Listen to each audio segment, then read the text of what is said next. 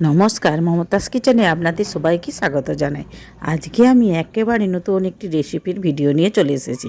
তার জন্য পুরো ভিডিওটি দেখার অনুরোধ রইল। এইভাবে লুচি বানিয়ে 8-10টা খাওয়া যেতেই পারে। এইভাবে লুচি বানিয়ে খেলে না পেট ভরবে, মন ভরবে না। দেখুন, এখানে আমি এক বাটি চিড়ে নিয়েছি। চিড়েটি একটু ভালো করে চেলে নেব। চিড়ের মধ্যে যে ধুলোবালি থাকে সেগুলি সব ঝরে পড়ে যাবে। দেখুন কত ধুলোবালি ছিল, পড়ে গেছে। এখন আমি একটা মিক্সিং জার নিয়েছি।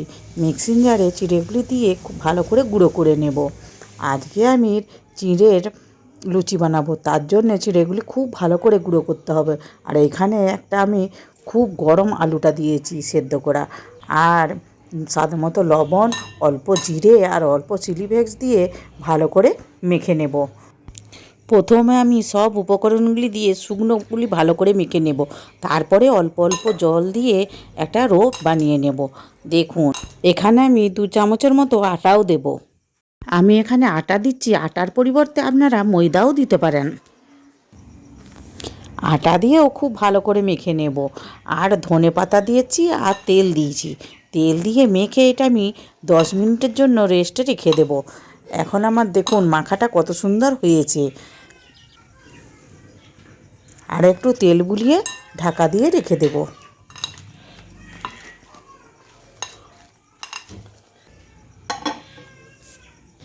এখন আমার 10 মিনিট রাখা হয়ে গেছে। দেখুন কত সুন্দর রোটা হয়েছে। আর একটু তেল দিয়ে ভালো করে মেখে নেব। কী বলুন তো, চিড়ের লুচি মানে একটু ভালো করে ময়দাটা মাখতেই হবে, তাই একটু ভালো করে মেখে নিচ্ছি। দেখুন এখন আমার মাখা হয়ে গেছে। এখন আমি অল্প অল্প করে নিয়ে একটা করে লুচি বেলে নেব। আমি তার জন্য 2 হাতে ভালো করে গোল করে নিলাম আর তেল বুলিয়ে দিয়েছি।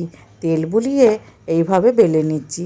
ধারগুলো একটু একটু ফাটা থাকলেও কিছু অসুবিধা হবে না, এইভাবেও আপনারা ভেজে নিতে পারেন। আমি একটু সুন্দর দেখানোর জন্য একটা বাটির সাহায্যে গোল করে কেটে নেব। দেখুন আমি কিভাবে করছি, দেখে নিশ্চয়ই আপনারা বুঝতে পারছেন আমি কিভাবে করছি। এইভাবে চাপ দিয়ে গোল করে কেটে নেব।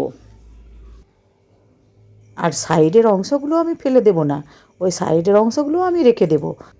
চলুন আর একটা বেলে দেখিয়ে দিচ্ছি। এটা দেখুন, লুচিটা খুব মোটাও হচ্ছে না আর খুব পাতলাও হচ্ছে না। এইভাবে আমি সব লুচিগুলো তৈরি করে নেব। আর লুচিগুলো করতে আমার সত্যি এত ভালো লাগছে, আমি দেখুন একটার পর একটা করেই যাচ্ছি। সামনে তো দোল পূর্ণিমা, আর এই দোল পূর্ণিমার দিনে যদি এইভাবে লুচি বানিয়ে দেন, সকলেই খেয়ে খুব আনন্দিতও হবে। যারা 4টে করে লুচি খায় তারা তো 6টা-8টা করে লুচি খাবেই। আর কি বলুন তো, এই দোল পূর্ণিমায় প্রত্যেক বছর আমরা সকালের জলখাবার লুচি বানাই। আর যদি এই চিড়ের লুচি হয় আর তো বলার নেই। এখন তো রমজান মাস, ইফতার চলছে। এইভাবে যদি লুচি বানিয়ে দেন, সত্যিই খেয়ে খুব আনন্দিতও হবে। আর কম করে করলে কুলাতেই পারবেন না, একটু বেশি করে মাখতেই হবে। অনেকেই তো অনেক রকম করে লুচি বানিয়ে খান। একবার হলো আমার মতো করে লুচি বানিয়ে খাবেন। আর যদি বানান আমাকে কমেন্ট করে জানাতে ভুলবেন না কেমন হয়েছে খেতে। চিড়ের লুচি খুবই তাড়াতাড়ি সহজভাবে ঝামেলা ছাড়াই বানিয়ে নেওয়া যায়। দেখুন এখন আমার সব লুচিগুলো বেলা হয়ে গেছে। এখানে আমার এক বাটি চিড়েতে 12-13টা লুচি হয়েছে। আর লুচিগুলো দেখতে দেখুন কত সুন্দর লাগছে না। এখন আমি গ্যাস জ্বেলে নেব। গ্যাস জ্বেলে একটু কড়াই বসিয়ে দেব। কড়াই বসিয়ে দিয়েছি, কড়াই গরমও হয়ে গেছে। তেল দিয়ে দিলাম। তেল হালকা গরম হলেই লুচি দিয়ে দেব। লুচিটি দিয়ে এইভাবে একটু রেখে উপর থেকে তেল দিয়ে দেব। লুচিগুলো দেখুন কত সুন্দর ফুলছে, দারুণ ফুলছে। এইভাবে আমি সব লুচিগুলি ভেজে নেব। সব লুচিগুলোই কিন্তু একইভাবে করে নেব। এখন আমি আর একটা লুচিও দিয়েছি। এই লুচিটাকে দেখুন ছান্তাভাবে যদি এইভাবে টিপে টিপে দিই, তাও লুচিটা কত সুন্দর ফুলে গেল। দেখুন পুরো যেন ফুটবলের মতো ফুলে গেছে। আমি তাহলে 2 রকম করে লুচি ছাঁকা দেখালাম। একটা হচ্ছে তেল দিয়ে দিয়ে, আর একটা হচ্ছে ছান্তার সাহায্যে চিপে। দেখুন এই লুচিটাও কত সুন্দর ফুলেছে, প্রত্যেকটা লুচি বলের মতো ফুলছে।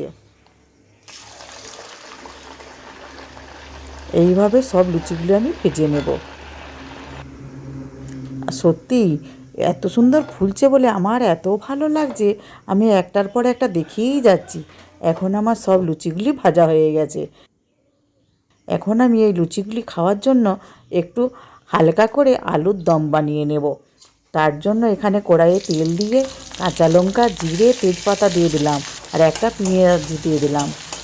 আমি এখানে পেঁয়াজ দিয়ে করছি, আপনারা যদি নিরামিষ খান পেঁয়াজটা এড়িয়ে যাবেন, পেঁয়াজ দেওয়ার দরকার নেই। আর একটু হিং দিলাম, হিং দিলে আলুর তরকারির টেস্টটা কিন্তু খুব সুন্দর আসে, তাই আমি হিং দিলাম। আর পেঁয়াজগুলো অনেকটাই ভাজা হয়ে গেছে, ওর মধ্যে আমি একটা টমেটোও দিয়ে দিলাম। টমেটো আর নুন দিয়ে খুব ভালো করে টমেটোগুলো তেলে ভেজে নেব। দেখুন টমেটোগুলো অনেকটাই গলে গেছে। এর মধ্যে আমি হলুদ, লঙ্কা আর জিরে দিয়ে খুব ভালো করে কষে নিচ্ছি। আমি এই আলুর দমে আদা রসুনের পেস্ট দেব না। এখন আলু আর মটর কলাই প্রেসারে একটা সিটি দিয়ে রেখেছিলাম, এগুলি মশলার মধ্যে দিয়ে 1 মিনিট খুব ভালো করে কষে নেব। এইভাবে আপনারা রুটির তরকারিও করতে পারেন।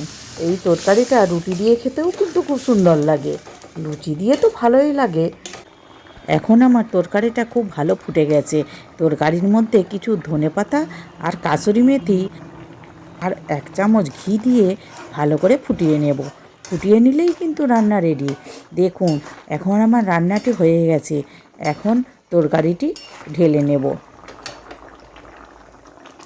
এখন আমি এই লুচিগুলো মাংস আর আলুর দম দিয়ে পরিবেশন করব। মাংস দিয়ে এই লুচিগুলো খেতে সত্যি অসাধারণ লাগে।